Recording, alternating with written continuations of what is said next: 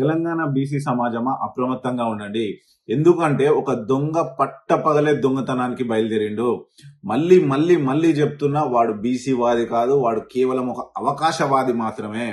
ఎందుకంటే కేవలం తన రాజకీయ లబ్ధి కోసం పదవీ వ్యామోహంతోటి వాడైతే బీసీ సమాజం అని చెప్పేసి బీసీలని రెచ్చగొడుతుండో సమాజంలో గాని గ్రామాల్లో గాని మనకే చిచ్చు పెట్టి వాడేదైతే రాక్షసానందం పొందుతూ కేవలం వాని పదవి కోసమే కేవలం రాజకీయ లబ్ధి కోసమే వాడేదైతే ఒక ఉగ్రవాదిలా ప్రవర్తిస్తున్నాడో ఖచ్చితంగా బీసీ సమాజం వానికి చెప్పు తీసుకొని కొట్టినట్టు సమాధానం చెప్పాలి. ఎందుకంటే కేవలం వానికి బీసీ నినాదం అంటే బ్లాక్ మెయిల్ చేసే నినాదమే.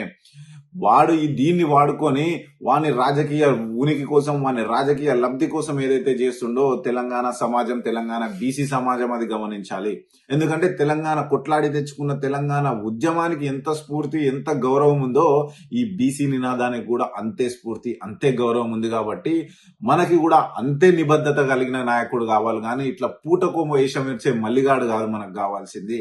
ఎందుకు అంటే మనం ఏదైనా పని చేస్తే 100 రకాలుగా ఆలోచిస్తాం.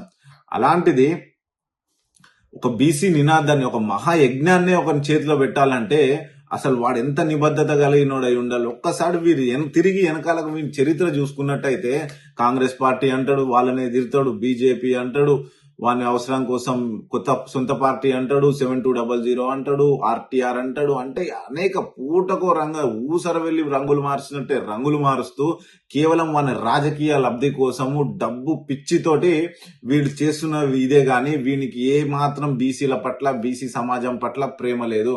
దయచేసి చేతులు జోడించి నమస్కరించి మరీ చెప్తున్నా, దయచేసి అలాంటి మహాయజ్ఞాన్ని మన చేతిలో పెట్టకండి.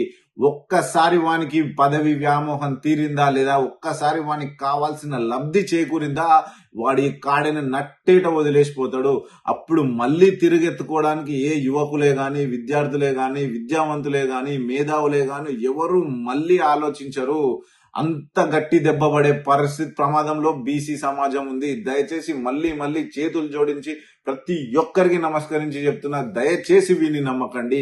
ఖచ్చితంగా మనకు బీసీ నాయకుడు అవసరమైతే ప్రతి ఒక్క తెలంగాణ పౌరుడు నాయకుడే అవుతాడు.